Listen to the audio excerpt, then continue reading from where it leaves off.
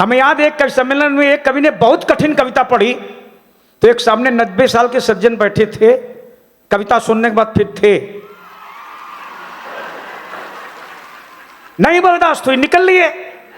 कवि को गिरफ्तार किया गया, जज के सामने लाया गया, बोले तूने इतनी कठिन कविता पढ़ी कि एक 90 साल के सज्जन खर्च हो गए, तुझे सजा मिलेगी, फांसी की सजा मिलेगी, बोल तेरी अंतिम इच्छा क्या है। कवि ने हाथ जोड़े, बोले जज साहब वही कविता मैं आपको भी सुनाना चाहता हूं, एक बार ताली बजा दीजिए।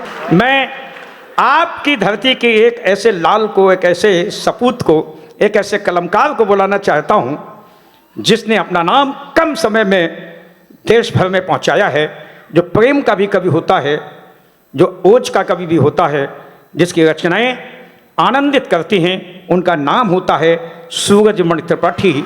आपके अंचल के, आपके क्षेत्र के हैं, उन्हें आपकी ज़्यादा तालियों की आवश्यकता है। तो मैं ये कहते बुलाता हूं कि मुस्कुराओ की जिंदगी लौटे। निवेदन करता हूं इनके पक्ष में कि मुस्कुराओ की जिंदगी लौटे, रेत की तह में नमी लौटे। कोरोना काल में इतनी नमी जम गई है, उसे खोजना है, जो कुछ बची वो भी आज निकाल दीजिए।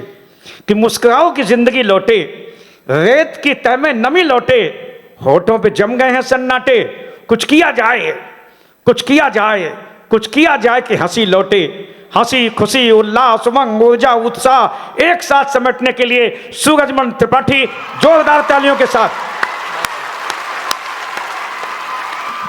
प्रणाम करता हूं। एक बार आप लोग अपने लिए भरपूर तालियां बजा दें।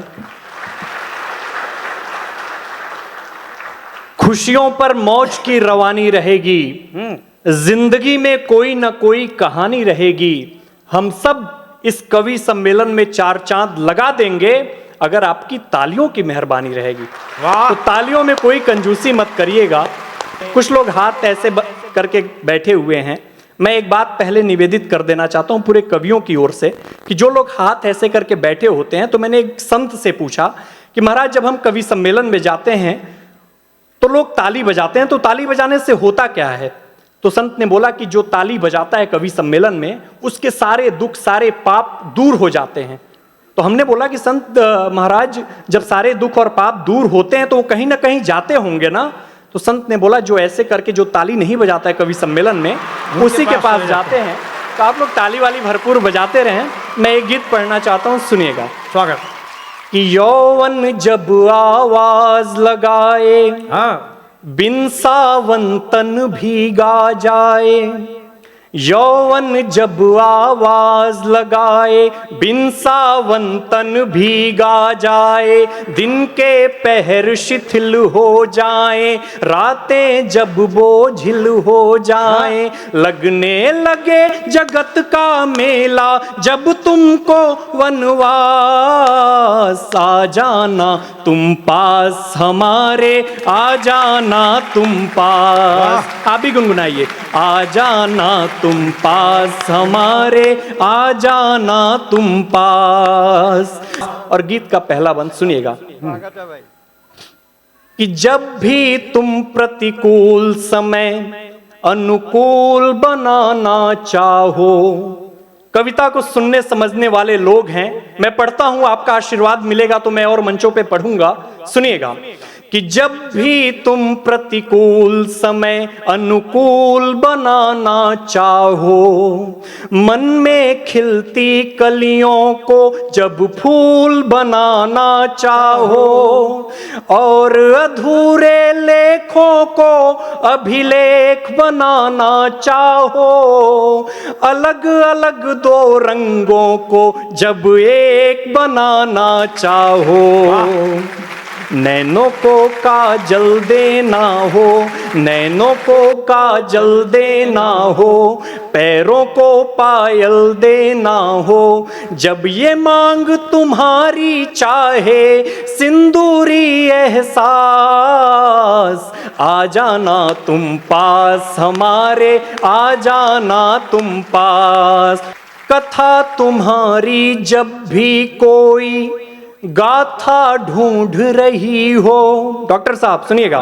कथा कि कथा तुम्हारी जब भी कोई गाथा ढूंढ रही हो और तुम्हारी थप की कोई माथा ढूंढ रही हो, कस्तूरी अभिलाषाएं जब चंदन ढूंढ रही हो और तुम्हारी बाहें जब आलिंगन ढूंढ रही हो, आंसू से हो अर्घ चढ़ाना, आंसू से हो अर्घ चढ़ाना, पीड़ा से हो दीप जलाना, गंगा जल जैसी हो जाए, गंगा जल जैसी हो जाए जब अधरों की प्यास, आ जाना तुम पास हमारे, आ जाना तुम पास, आ जाना तुम पास हमारे,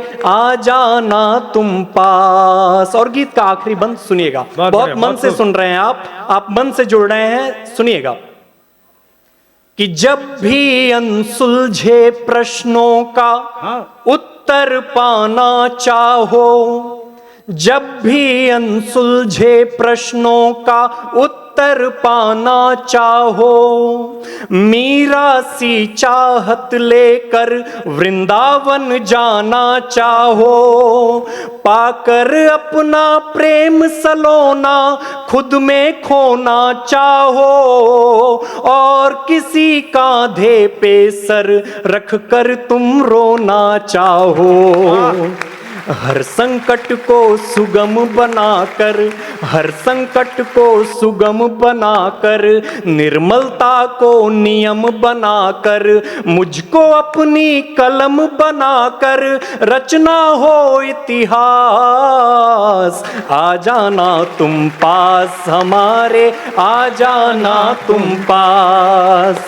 आ जाना तुम पास हमारे, आ जाना तुम पास। यौवन जब आवाज लगाए, बिन सावन तन भीगा जाए, दिन के पहर शिथिल हो जाए, रातें जब बोझिल हो जाए, लगने लगे जगत का मेला जब तुमको वनवास। आप भी गुनगुनाइए, आ जाना तुम पास हमारे, आ जाना तुम पास, आ जाना। बहुत बहुत आभार, बहुत बहुत धन्यवाद।